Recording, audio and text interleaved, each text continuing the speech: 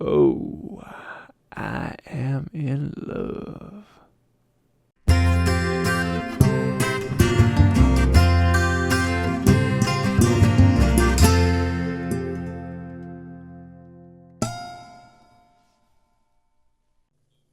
This is a block of basswood that I got from the home center, and basswood really is one of the best woods to learn carving. It's a very simple, easy wood, carves beautifully, and a lot of fun. Now this really is my first attempt at chip carving. It is an art I've never played with, so I'm kind of experimenting and trying new things, and that's really one of the best ways I suggest most people learn a new craft. Dive in, experiment, and have fun. So after outlining what I wanted to basically carve on the inside, I used a saw to make relief cuts down to the line. I want to take away the majority of the waste quickly and easily so that it is not in my way, and just starts to make it come to reality. After cutting down to that baseline, I'll come in with a large chisel and remove large sections of the waste.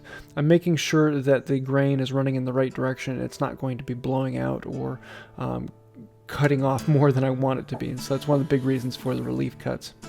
And some of these areas where I have to actually valley in from one side to the other, I should have put a relief cut down the middle, but oh well, I didn't. In this case, I'm actually just going to cut in from either side and remove the chips. So I'll make a stop cut on one side and then a stop cut on the other side, and eventually the chips will pop out. Just a very simple, fun process, and I really enjoy this. And now that I've taken out most of the waste on the sides, I need to take out the majority of the waste on the two main faces. I'm using a gouge, a large flat gouge, and just removing large amounts of material fairly quickly and taking it down close to what I want it to be. Now with this area in the middle, I'm just going to use a gouge to sort of make a stop cut all the way around the shape I want to make.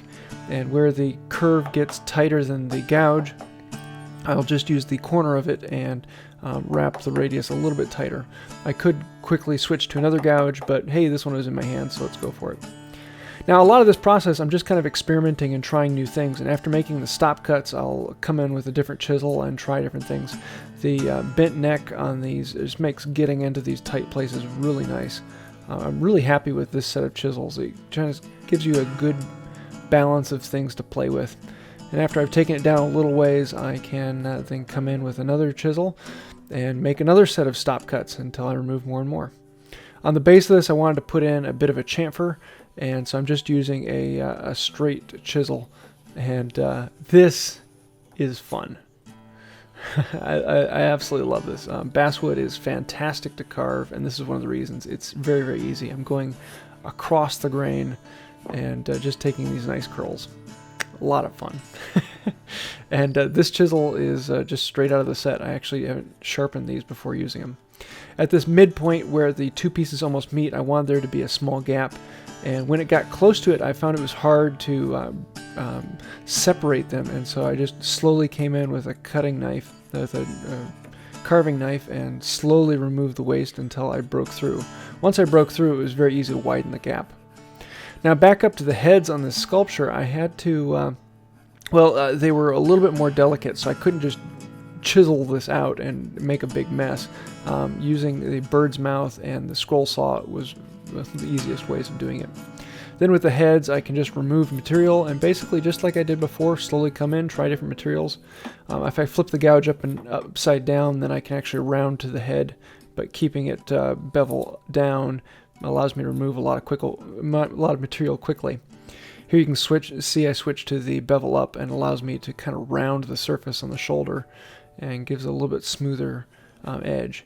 At this point I decided not to make this a smooth surface and finish it all with a chisel, and so I came in with the smaller gouges and kind of roughed up the sides and edges and made it all basically look like it had been slowly chipped away.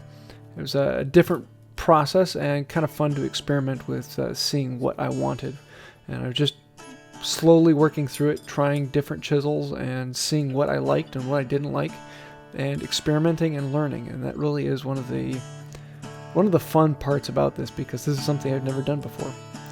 I decided I wanted a little bit of an extra flair on this, so I grabbed a V-tool and basically made a little track running up the front side on both sides, but just on the piece that is closer to the viewer. And it just made a nice little statement. After I got it to the point where I wanted it, I just added some boiled linseed oil. This basswood just soaked it up. It was so dry that ended up taking like 4 or 5 coats. I left about 15 minutes in between, just until it stopped soaking up the oil, and then let it sit overnight, and it gave it a nice finish. Last thing for me was putting on my logo, and there. I spent about 4 hours working on this, and it was a very, really surprised me how simple it was. I was expecting to spend most of the day on it. Very pleased with how it came out for my first try, and I am looking forward to doing a lot more of this in the future. And my wife loves it too, and that's what's important. There you go. This is my first actual project at any kind of sculptural, and I didn't want to end this one up making it nice and smooth, and I probably could have and spent the time on it, but I really wanted to just show that a basic chip carving is very, very simple. I was expecting this to take me the better part of a day, if not bleeding into the second day to do, and all told, it took me 4 hours to carve this, even with all the video work. So I am immensely impressed with how actually easy and quick this was. And I think I'm going to be soon doing one where I'm going to smooth it all out and finish it, because that's really where a lot of the work comes from, this, that final detail work on making it exactly what you were looking for. And I am absolutely loving this, and my wife is too. So yeah, that was kind of fun. I hope this kind of encouraged you to look at doing some carving. I will leave a link to the tools that I use in the description below. They are from Two Cherries, and I am in love with them. It's a great set to begin with, and gives you a good collection of things to play with and have some fun. So I hope you liked this video. If you did, please hit that like button and go ahead and smash the subscribe button right over here. Also, I want to say an incredible thank you to the patrons on Patreon. If you'd like to help out with this channel and help us grow, you can find out more on the link over here. If you did like the video, feel free to check out one of these others. You might find something you like there. And until next time, have a wonderful day.